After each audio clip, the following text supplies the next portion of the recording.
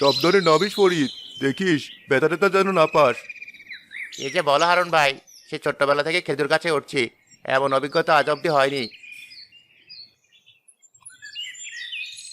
এই দেখুন ওস্তাদ, আজও রস কম হারিতে, আজও বাদুড় এসে সব রস খেয়ে চলে গেছে। কি আর করবো বল, সবই কপাল। আজকাল তো লোকে রসও কিনে খাচ্ছে না এই বাদুরের জন্য। কি নাকি নিপা ভাইরাস না কি ভাইরাস হচ্ছে, এতে নাকি মানুষও মরে যাচ্ছে। বলেন কি ওস্তাদ, তাহলে তো আমাদের ব্যবসা সব লাটে উঠবে। কি আর করা, সব রস মহাজনকেই দিতে হবে, সে জ্বালিয়ে গুড় বানিয়ে বেচবে। ইয়ার করা, চলেন ওস্তাদ, আমরা তাহলে বাড়ির দিকে রওনা হই।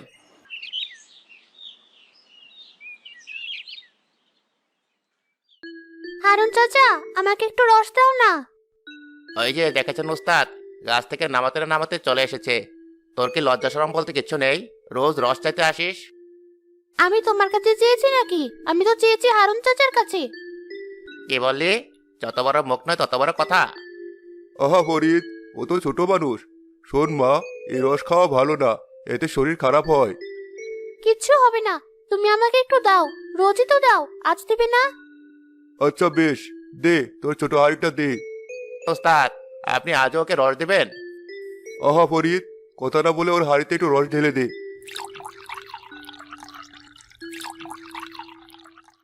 আমি জানতাম হারুন চাচা খুব ভালো, আর তুমি খুব পচা। দেখলেন তো ওস্তাদ আমাকে কি বললো? হা, হা, হা, হা। তুইও পারিস বটে, অতটুকু মেয়ের সাথে তোর আবার কিসের পাল্লা? যা মা, এখন যা দেখি। আচ্ছা, আমি যাচ্ছি। দেখেন ওস্তাদ, এবার নিজের মনটাকে একটু শক্ত বানান। রোজ রোজ ওকে এত রস দিলে ব্যবসা এমনি এত লাটে উঠছেই, বাকি যা আছে তাও শেষ লাটে উঠবে। আরে বাবা, তুই তো জানিস ওর বাবা যখন বেঁচে ছিল তখন আমাদের সাথেই খেজুরের রসের ব্যবসা করতো। এত অল্প বয়সে মেয়েটা বাবাকে হারিয়েছে, এখন ওই মায়ের সাথেই থাকে। তাই বলে কি যা চাইবে তাই দিতে হবে? ফরিদ, তোরও তো একটা ছেলে আছে, ওটুকু মেয়ের জন্য তোর মায়া হয় না? না, আমার নিজের ছেলের জন্য মায়া হয়, অন্যের মেয়ের জন্য আমার অত মায়া হয় না।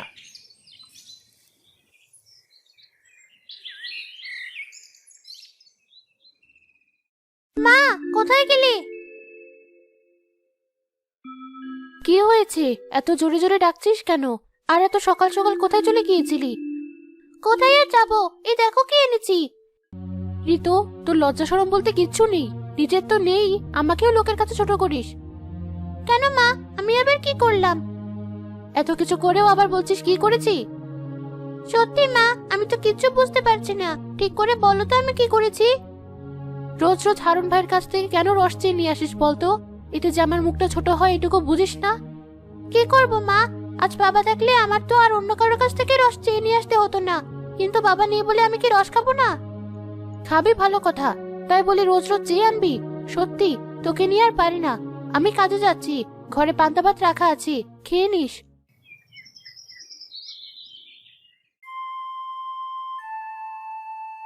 এই যে রোকেয়া বেগম, এতক্ষণে তোমার আসার সময় হলো? ভাইজান, আজকে আসতে একটু দেরি হয়ে গেল, কাল থেকে এমনটা আর হবে না। সেটা তুমি রোজই একই কথা বলো, কিন্তু একদিনও সময় মতো আসতে পারো না। না ভাইজান, কাল থেকে আর দেরি হবে না। বেশ, তাহলে আর না হেলে দুলে কাজ করো, আর যেন 1000 ইট সাজানো হয়, নইলে কিন্তু আমি তোমার টাকা কাটবো। আচ্ছা ভাইজান, আপনি একদম চিন্তা করবেন না। কিরে রোকেয়া, আজও তোর আসতে দেরি হলো যে? মহাজন কিন্তু আজকে খুব রাগ করছে। কি করবো আপা, মেয়েটাকে নিয়ে আর পারি না। সকাল হলে এসে লাপাত্তা হয়ে যায়। রোজ এর ওর কাছ থেকে যে রস আনে। আহারে, মেয়েটার জন্য বড় মায়া হয়। প্রতি বছর মেয়েটা তো বাবার থেকে রস নিয়ে খেত। কত বড় গুড়ের ব্যবসা ছিল তার। সবই কপাল, সবই আমার কপালের দোষ। যে মেয়েকে ওর বাবা রোজ ভালো মন্দ খাওয়াতো, একবেলা মাছ ছাড়া চলতোই না, সেই মেয়েকে ভালো মন্দ দূরে থাক, দুবেলা গরম ভাত খেতে দিতে পারি না। কাঁদিস না বোন, কাঁদিস না। এই যে, এখানে কি নাটক হচ্ছে শুনি? কাজে ফাঁকি দিয়ে গল্প করা হচ্ছে? না ভাইজান, এই তো আমরা কাজে যাচ্ছি, চল রোকেয়া। হ্যাঁ হ্যাঁ, তা তো দেখতেই পাচ্ছি তোমরা কত কাজ করছো।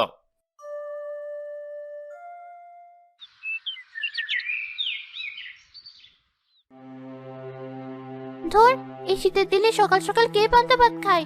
বাবা থাকলে কত কিছু কিনে আনতো, আর এখন রোজ রোজ সেই একই পান্তা ভাত। আমার আর ভালো লাগে না, এই পান্তা ভাত আমি কিছুতেই খাবো না। কিন্তু পান্তা ভাত না খেলে এই খিদে পেটে কি করে থাকবো? এখন যদি একটু মুড়ি থাকতো তাহলে ঠান্ডা ঠান্ডা খেজুর রস দিয়ে মুড়ি খেতে পারতাম। বাড়িতে মুড়ি নেই, তাই কি হয়েছে? সেলিনা চাচির কাছে চাইলে সে নিশ্চয়ই দেবে।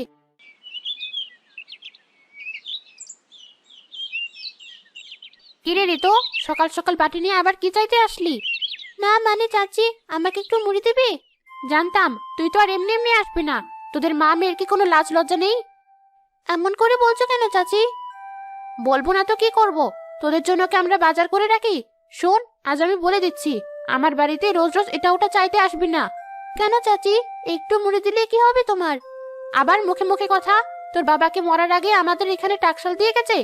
যা, বেরিয়ে যা বলছি। আজ কিচ্ছু হবে না এখানে, যত সব বুটকো ঝামেলা। ঠিক আছে, আমি চলে যাচ্ছি, তোমাকে কিচ্ছু দিতে হবে না।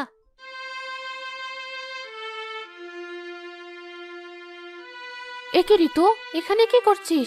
কাঁদছিস কেন? কি হয়েছে? জানো মা, আমি একটু মুড়ি চাইতে গিয়েছিলাম সেলিনা চাচির বাড়িতে, সে আমায় খুব বকলো। কি বললি? হ্যাঁ ঋতু, তোর জন্য দেখছি গ্রামে আমার মান সম্মান বলতে কিচ্ছু থাকবে না। তাছাড়া আমি তো তোর জন্য পান্তা ভাত রেখে গিয়েছিলাম, সেটা খাসনি? না খাইনি। এই শীতে কে পান্তা ভাত খাই শুনি?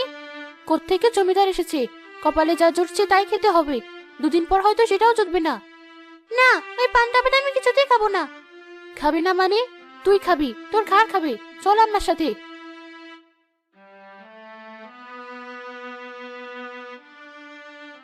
মা, লাগছে তো? লাগবেই তো, বাপ মরেছে আর তোরও শয়তানি বেড়েছে। আমার আর কিচ্ছু ভালো লাগে না। এই নে পান্তা ভাত খেয়ে নে।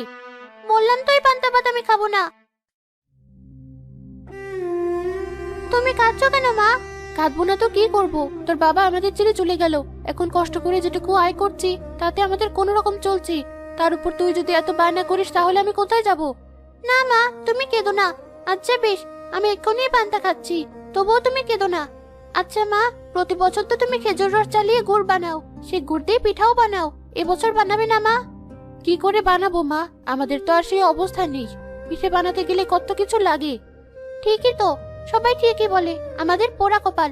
আচ্ছা মা, তোমার কিছু বানাতে হবে না, তবুও তুমি মন খারাপ করো না। নে মা, তুই খেয়ে নে, আমি বরং রান্নাঘরের কাজগুলো সেরে নি।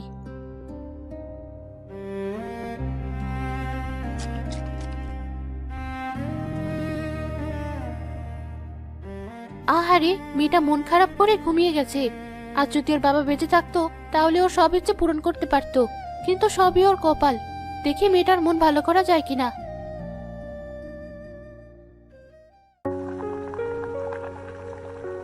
আজ মেয়ে উঠুক, এসব দেখে খুব খুশি হয়ে যাবে। আরে, সারা বাড়ি এমন খেজুর গুড়ের গন্ধ আসছে কোত্থেকে? দেখি তো রান্নাঘরে গিয়ে। মা, কি করছো তুমি? সারা ঘর খেজুর গুড়ের গন্ধে মোমো করছে। ও, তুই চলে এসেছিস? আয় মা, আমার কাছে এসে বস। তার আগে ওখান থেকে বাঁশের কাঠিগুলো আমার হাতে দিয়ে দেখি। এ কি মা, এই বাঁশের কাঠি দিয়ে তুমি কি করবে? দেখবি কি করি। ছোটবেলায় যখন তোর নানি গুড় জাল দিত, আমরা ভাই বোনেরা সবাই তোর নানিকে ঘিরে বসতাম, আর তখন তোর নানি আমাদেরকে এগুলো বানিয়ে দিত।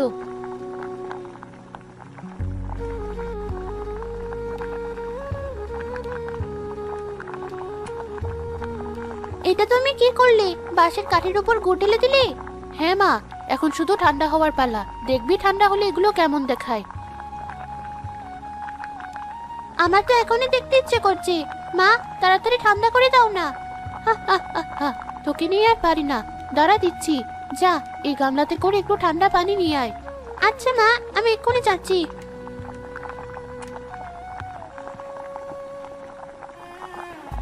দে মা, এই থালাটা ওই পানির উপরে রাখলে এগুলো তাড়াতাড়ি ঠান্ডা হয়ে শুকিয়ে যাবে। এবার বলো মা, এগুলো তুমি কি বানিয়েছো? এগুলো হলো খেজুর রসের লজেন্স। লজেন্স মানে আবার কি? লজেন্স চিনলি না? আচ্ছা, এগুলো হলো খেজুর রসের চকলেট। এবার বুঝেছিস? আজকে আমি খেজুর রসের চকলেট খাবো। এই নে ধর, একটা খেয়ে দেখ দেখি। দাও মা, আমি এক্ষুনি খাচ্ছি। কি যে স্বাদই খেজুর রসের চকলেটের, এর কাছে তো বাজারের সব চকলেট ফেল। দাও মা, আমাকে আরো কয়েকটা চকলেট দাও, আমি আমার বান্ধবী সীমাকে খাওয়াবো। আচ্ছা দিচ্ছি দিচ্ছি, তোর আনন্দ দেখে আমারও খুব আনন্দ হচ্ছে। আনন্দ হবে না? কতদিন পর নতুন কিছু খাচ্ছি। দাও মা, আমাকে আরো কটা দাও। যা, এগুলো নিয়ে খেলতে যা, আমি কাজগুলো সেরে নি। আচ্ছা মা।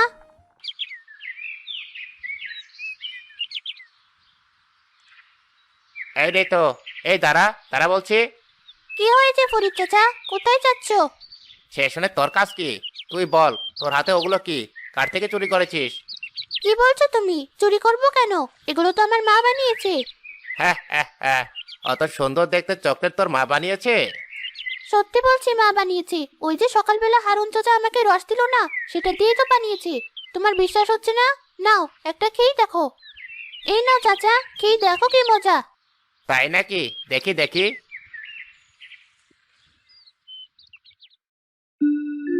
আরে তাই তো, এই চকলেট দেখছি খুব স্বাদ। এবার বুঝলে তো আমি চুরি করিনি। হ্যাঁ হ্যাঁ বুঝেছি, যা তুই এবার।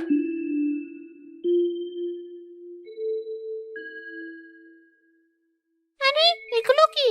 খেয়ে দেখ কি মজা। খুব তো তোর মায়ের হাতের এটা ওটা সুনাম করিস। এবার আমার মায়ের হাতেরই চকলেট খেয়ে দেখ।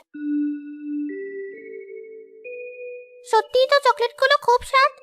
তাহলে মানছিস তো? আসলে বাবা মারা যাওয়ার পর মা আমাকে কিছু করে খাওয়াতে পারে না, তবে আমার মায়ের হাতে সব জিনিস অনেক স্বাদ। আচ্ছা মানলাম, এবার যাই, সন্ধ্যা হয়ে আসছে। না গেলে মা খুব বকবে। মা, আমাকে ওই খেজুর রসের চকলেট বানিয়ে দাও।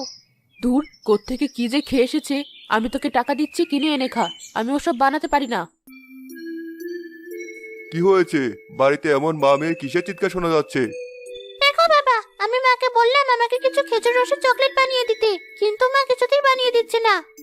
সে আবার কি? বাপের জন্মে তো এমন চকলেটের নামই শুনিনি। তাহলে তুমিই বোঝো, ওই চকলেট আমি কি করে বানিয়ে দেব। এবার বলতো মা, ওই চকলেট তুই কোথায় খেয়েছিস? ওই চকলেটটা আমাকে ঋতু খাইয়েছে, ওর মা নাকি বানিয়ে দিয়েছে। বেশ মা, আমি কালই ওর মায়ের থেকে কিনে এনে দেব। এবার শান্ত হও দেখি। তোর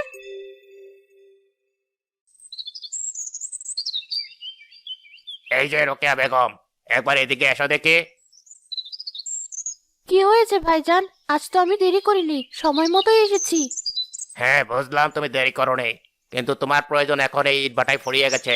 তাই এই ধরো তোমার এই মাসের টাকা। কাল থেকে তোমাকে আর ইটের ভাটায় আসতে হবে না।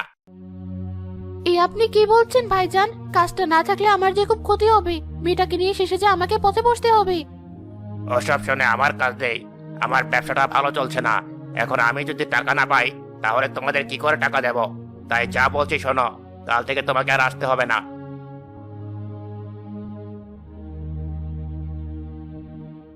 কাঁদিস না বোন, কাঁদিস না। এবার তুই একটা ব্যবসা শুরু কর। কি যে বলো আপা, টাকা কোথায় যে আমি ব্যবসা করব? মানুষ চাইলে কি না পারে। তুই একবার চেষ্টা করেই দেখ। আমি ওদিকে যাই, না হলে মহাজন আমাকেও কথা শোনাবে।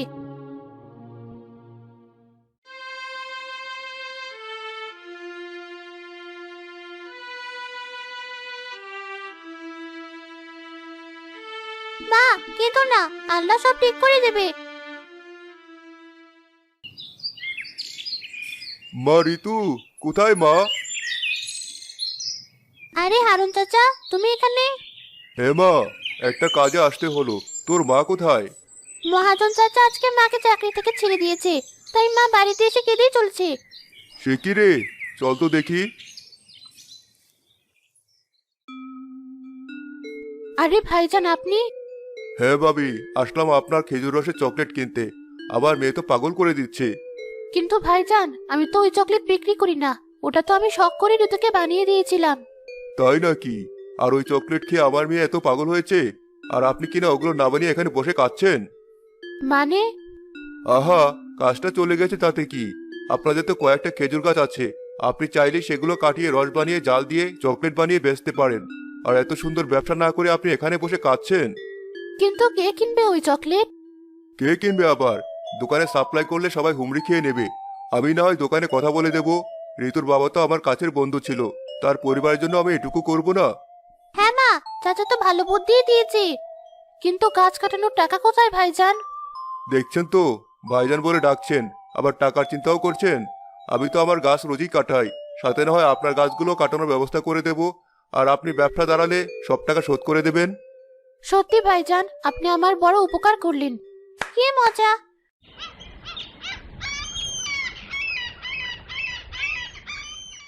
পরদিন সকাল থেকে রোকেয়া আর ঋতু খেজুর রসের চকলেট বানাতে লাগলো, আর বিকেলে দোকানে দোকানে সাপ্লাই দিল।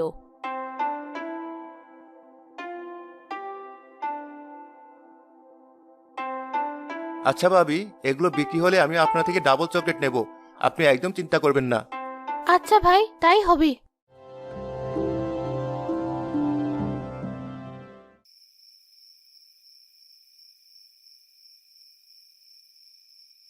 মা, তুমি কি এত চিন্তা করছো বলো তো? কি আর চিন্তা করব, ভাবছি এতগুলো টাকা ঋণ হয়ে গেল, এখন যদি দোকানে চকলেটগুলো বিক্রি না হয় তাহলে যে কি হবে। তুমি শুধু শুধু চিন্তা করো না তো মা, নাও ঘুমিয়ে পড়ো।